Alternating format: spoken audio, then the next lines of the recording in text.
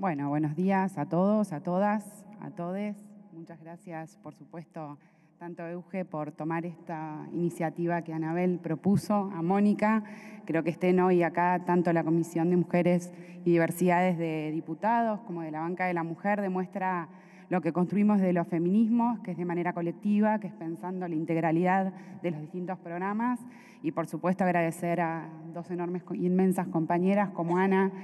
y como Gaby, que venimos trabajando en esto, ¿no? En repensarnos cómo pensamos las políticas a corto, mediano y largo plazo, pero cómo garantizamos para que esos programas, que si bien, como vos decías, Euge, por ahí muchas veces se creen que no son necesarios, sí claramente tenerlos garantizados en una ley nos permite discutirlo desde otro lugar, nos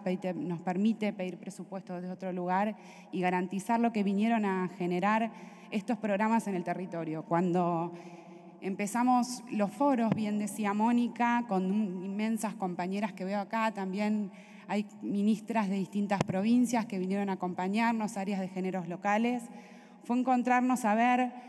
no que surgía a partir de hoy, sino de esa historia que veníamos desde los feminismos populares desde hace mucho tiempo, en pensar la institucionalidad del ministerio como políticas transversales, de pensar cuáles son esas demandas para el ministerio y en relación con otros ministerios. Es ahí donde empezamos a pensar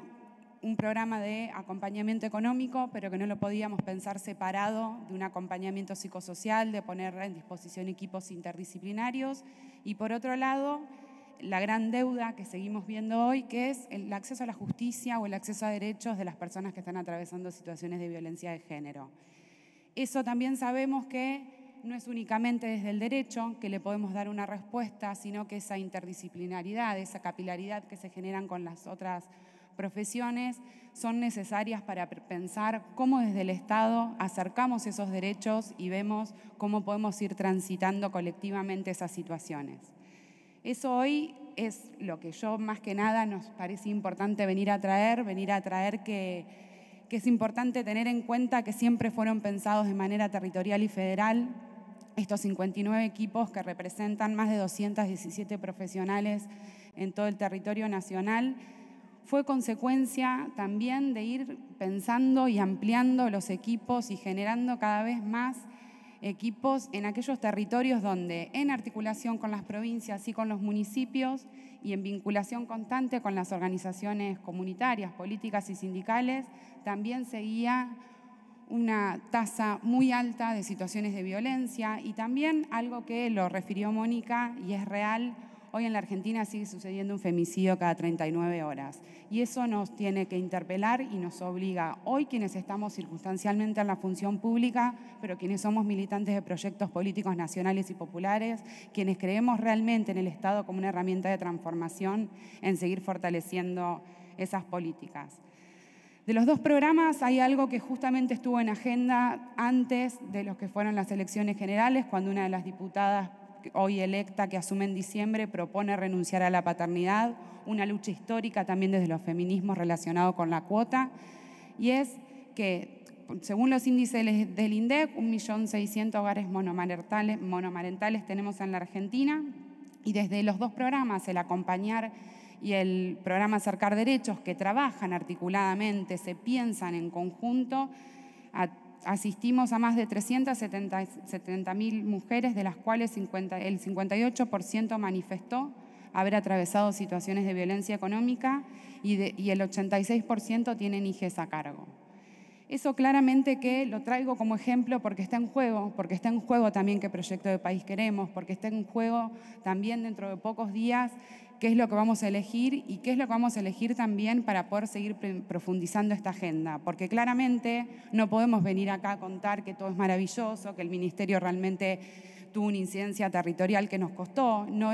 voy a tampoco venir a decir acá fue por la pandemia o no fue por la pandemia, sino que claramente del andar que todas quienes estamos acá tuvimos estos 4 años, también entendimos cómo tenemos que seguir fortaleciendo y cómo tenemos que seguir profundizando y articulando. Desde el programa Acercar Derechos cumplimos 2 años el 3 de junio, hicimos una encuesta con las 25.000, hoy estamos en 30.000, pero en ese momento había 25.000 destinatarias del programa, de cuáles eran los obstáculos en el acceso a la justicia. Y ahí pudimos detectar algunas situaciones que realmente nos preocupan y que tenemos que seguir profundizando, y que me parece que también no es solamente venir a contar números o venir a contar estadísticas, sino cuál es la realidad que hoy como ministerio vemos en los territorios. En relación a la violencia física, manifestaron que el 86% todavía sigue percibiendo una demora excesiva en la respuesta del sistema de administración de justicia. El 70% impunidad frente a la falta de investigación o archivo de las causas. El 48% la fragmentación de las causas e incumplimiento entre distintos jueces y juzgados, incomunicación, perdón. En relación a las medidas de protección, hoy en promedio, con la complejidad que los sistemas de administración de justicia en este tipo de causas, salvo trata de personas, lo tienen cada uno de los sistemas de administración provinciales, sabemos que es un promedio de 24 horas en otorgar una medida de protección. Alguien va a solicitar una medida de protección claramente cuando está en una situación de emergencia. Entonces tenemos que seguir trabajando y viendo con las fuerzas de seguridad y con el sistema de administración de justicia por qué se sigue tardando tanto en ese tipo de respuestas.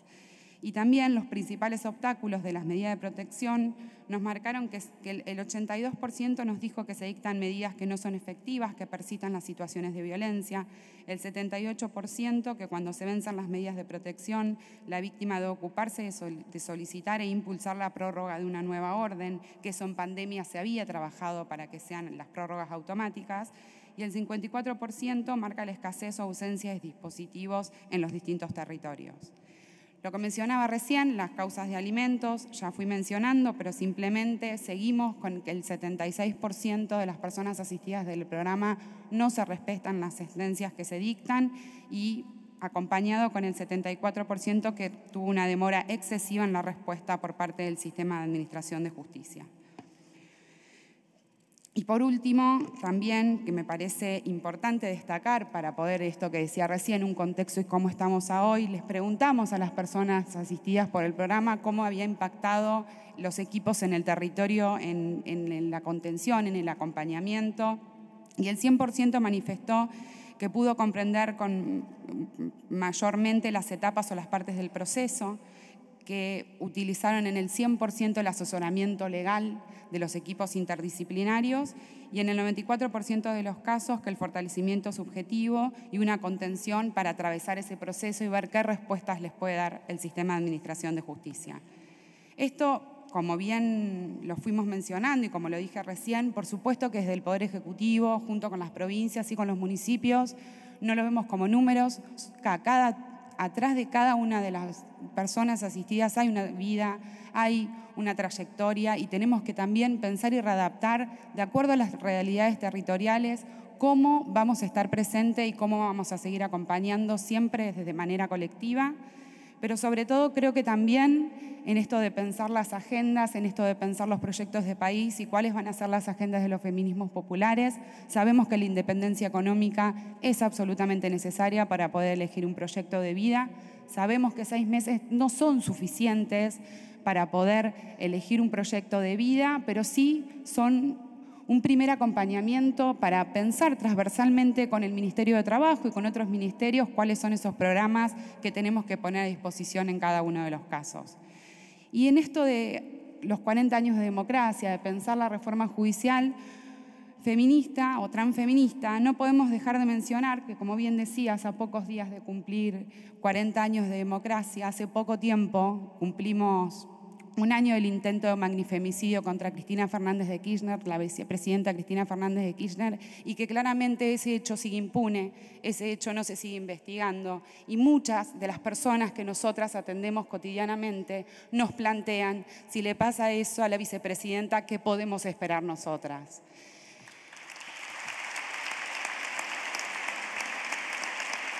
Argentina,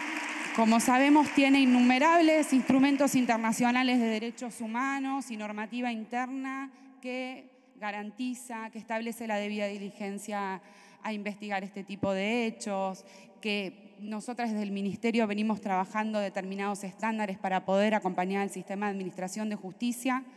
pero no únicamente, como también lo refirió en reiteradas oportunidades, es en su condición de víctima en la causa de intento de magnifemicidio, y que hace a la sustancia de estos proyectos es qué proyecto de país queremos y qué proyectos de país vamos a seguir defendiendo. Y en eso están las políticas, en eso está en seguir profundizando esa articulación y esa mirada desde los feminismos populares, desde los territorios. Y bueno, nada, claramente agradecerles de corazón que, bueno, poquitos días de terminar esta primera etapa del Ministerio, que estos 2 programas que claramente tienen un fuerte alcance territorial queden plasmados en 2 leyes para nosotras, es sumamente gratificante. La palabra de la Secretaria de Políticas contra la Violencia por Razones de Género, doctora Josefina Kelly Neila.